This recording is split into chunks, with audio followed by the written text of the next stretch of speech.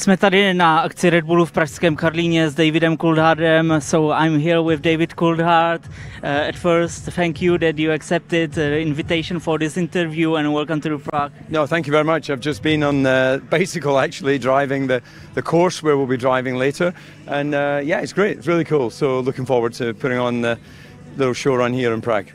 I've read that you are currently in the Czech Republic and Prague more often than in your native Scotland. So how is that possible? I've got friends here in the city, so it gives me the opportunity to come to visit. It's a fantastic city. I think you might know that.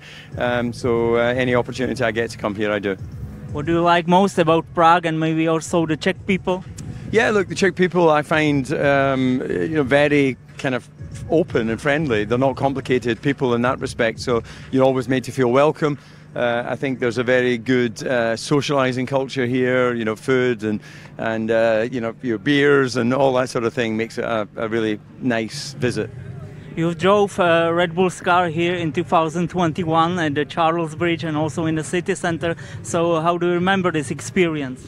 Well, to be able to do it in front of some of the iconic sights in the city is something that for me is always sort of pinch yourself. You know, it's a privilege to have that opportunity.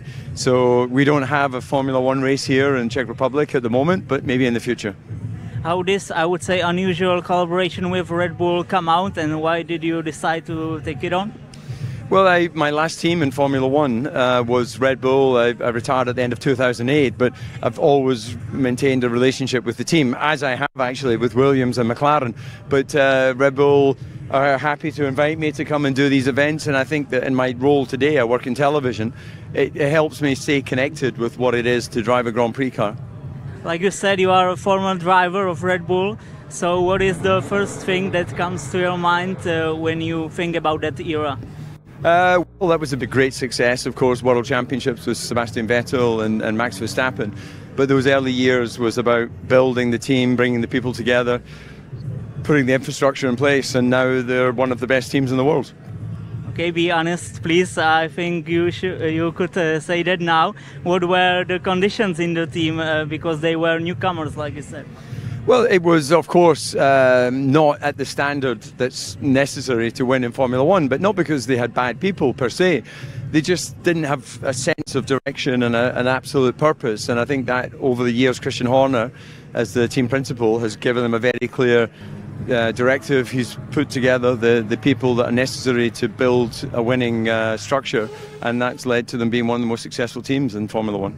So how would you describe the way how they become successful? What was the most important? Blood, sweat and tears. There was a lot of frustration along the way in the building years, but this is the thing, the vision of Mr. Mateschitz, the founder of Red Bull, as we know it, was very much about, first of all, we gain the respect of the paddock, and then the goal was to win the World Championship. So in his lifetime, they achieved that. If you had the chance, would you like current Formula One race cars? And tell me why wouldn't you, or why would you? I preferred, for me, honestly, the period that I raced, the V8 Formula, the V10s when I started. I just think that the cars of that era were smaller, lighter. The modern Grand Prix car is heavy, it's 800 kilos because of the hybrid engine. Of course, they're still the best drivers and it's still the fastest form of closed circuit racing. But you know, we go to Monaco and we go, well, there's no overtaking. Well, if you make bigger, heavier cars, then you're definitely not going to make it easier. Okay, so what bothers you the most about current Formula One? I don't lose any sleep over any of the regulations. I'm a fan of the sport. I accept what's delivered to me. I recognise that the FIA and the people who put together the regulations are under pressure to try and find a sustainable future for Formula One in this modern world, but I feel that the cars are heavier than they're closer to sports cars than they used to be. There used to be a very clear separation. So I'd like to see them lighter, smaller, but with all of the technology that they have, of course, which is fantastic. There are also some discussions that the F1 is, I would say, over-engineered. So what do you think about it? Is that true? No, I understand that some people might think there's a lot of technical aspects of Formula One and they just want to see a race. But if you want to just see a race, you can watch Formula 2, you can watch Formula 3. These are one-make formulas. But there's always a team, there's always a driver that is standing out. Formula One represents the best technology that the world can deliver at this time. It's a little bit like mobile phones. If I gave you a first generation iPhone, brand new in the box, you would never use it because the technology is old, it's slow.